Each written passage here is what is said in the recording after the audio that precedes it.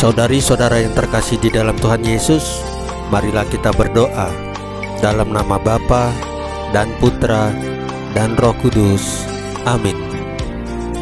Bapa kami yang ada di surga, dimuliakanlah namamu, datanglah kerajaan-Mu, dan jadilah kehendak-Mu di atas bumi seperti di dalam surga. Berilah kami rezeki pada hari ini, dan ampunilah kesalahan kami, seperti kami pun mengampuni yang bersalah kepada kami. Dan janganlah masukkan kami ke dalam pencobaan, tetapi bebaskanlah kami dari yang jahat. Ya Tuhan Yesus, Tuhan dan Juru Selamat kami, terima kasih untuk penjagaan, pemeliharaan dan berkat-berkat-Mu bagi keluarga kami pada hari kemarin. Dan terima kasih untuk hari yang indah dan nafas kehidupan hari ini.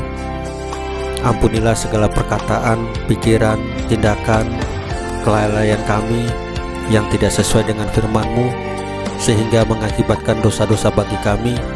Ampunilah dengan kerahiman-Mu ya Tuhan Yesus, dan berikanlah kerinduan yang besar kepada kami untuk menyambut sakramen Maha Kudus, yaitu Engkau sendiri, baik dalam misa online ataupun misa offline. Ya Roh Kudus, hadirlah saat ini untuk memimpin dan membimbing kami dalam membaca dan merenungkan firman Tuhan Yesus, sehingga kami dapat mengerti maknanya dan dapat kami laksanakan dalam hidup kami sehari-hari di tengah masyarakat kami. Amin. Dalam nama Bapa dan Putra dan Roh Kudus. Amin. Pembacaan Injil Lukas pasal 1 ayat 26 sampai dengan 38 dengan perikop pemberitahuan tentang kelahiran Yesus. Dalam bulan yang ke-6, Allah menyuruh malaikat Gabriel pergi ke sebuah kota di Galilea bernama Nazaret, kepada seorang perawan yang bertunangan dengan seorang bernama Yusuf dari keluarga Daud. Nama perawan itu Maria. Ketika malaikat itu masuk ke rumah Maria, ia berkata, "Salam, hai engkau yang dikaruniai, Tuhan menyertai engkau." Maria terkejut mendengar perkataan itu, lalu bertanya di dalam hatinya, "Apakah arti salam itu?" Kata malaikat itu kepadanya, "Jangan takut, hai Maria, sebab engkau beroleh kasih karunia di hadapan Allah. Sesungguhnya engkau akan mengandung dan akan melahirkan seorang anak laki-laki, dan hendaklah engkau menamai dia Yesus. Ia akan menjadi besar dan akan disebut Anak Allah yang Maha Tinggi. Dan Tuhan Allah akan mengaruniakan kepadanya tahta Daud, bapa leluhurnya, dan ia akan menjadi raja atas kaum keturunan Yakub sampai selama-lamanya, dan kerajaannya tidak akan berkesudahan." Kata Maria kepada malaikat itu, "Bagaimana hal itu mungkin terjadi, karena aku belum bersuami?" Jawab malaikat itu kepadanya, "Roh Kudus akan turun atasmu, dan kuasa Allah yang Maha Tinggi akan menaungi engkau. Sebab itu anak yang akan kau lahirkan itu akan disebut kudus, Anak Allah. Dan sesungguhnya Elisabet, sanakmu itu, ia pun sedang mengandung seorang anak laki-laki pada hari tuanya, dan inilah bulan yang ke-6 bagi dia yang disebut mandul itu. Sebab bagi Allah tidak ada yang mustahil." Kata Maria, "Sesungguhnya aku ini adalah hamba Tuhan, jadilah padaku menurut perkataanmu itu." Lalu malaikat itu meninggalkan dia.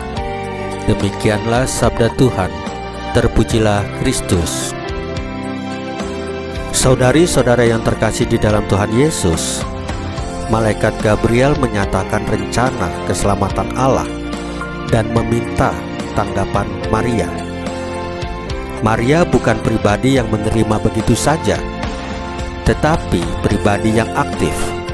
Karena itu, Maria menanyakan tentang bagaimana hal itu mungkin terjadi. Jawaban malaikat belum membuat semuanya jelas bagi Maria. Meskipun banyak hal masih gelap, Maria berpasrah kepada rencana Allah dan menyediakan tubuhnya sebagai sarana inkarnasi Sang Sabda, sehingga Sang Perawan mengandung. Kesanggupan Maria bukanlah tanpa tantangan dan kesulitan, tetapi imannya pada kuasa Allah melancarkan proses kelahiran Sang Penebus. Situasi yang sama terjadi pada kita. Rencana Allah mengundang kita untuk mengambil bagian dan melancarkan pelaksanaan rencananya. Banyak hal yang tidak jelas dan masih akan diperjelas pada waktunya dan menurut cara Allah. Dari kita dituntut keterbukaan untuk digunakan Allah dan iman pada kuasanya yang bekerja di dalam hidup kita. Maria menjadi teladan iman untuk terlaksananya rencana Allah. Saudari-saudara yang terkasih dalam Tuhan Yesus, marilah kita berdoa dalam nama Bapa dan Putra dan Roh Kudus. Amin. Ya Bunda Maria, dampingilah kami untuk meniru iman-Mu, sehingga sikap penyerahan-Mu juga menjadi sikap kami. Salam Maria, penuh rahmat, Tuhan sertamu. Terpujilah engkau di antara wanita, dan terpujilah buah tubuhmu Yesus.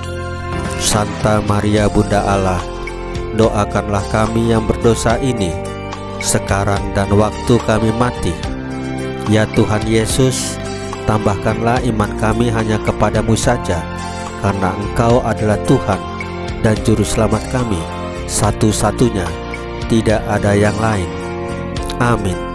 Dalam nama Bapa dan Putra dan Roh Kudus.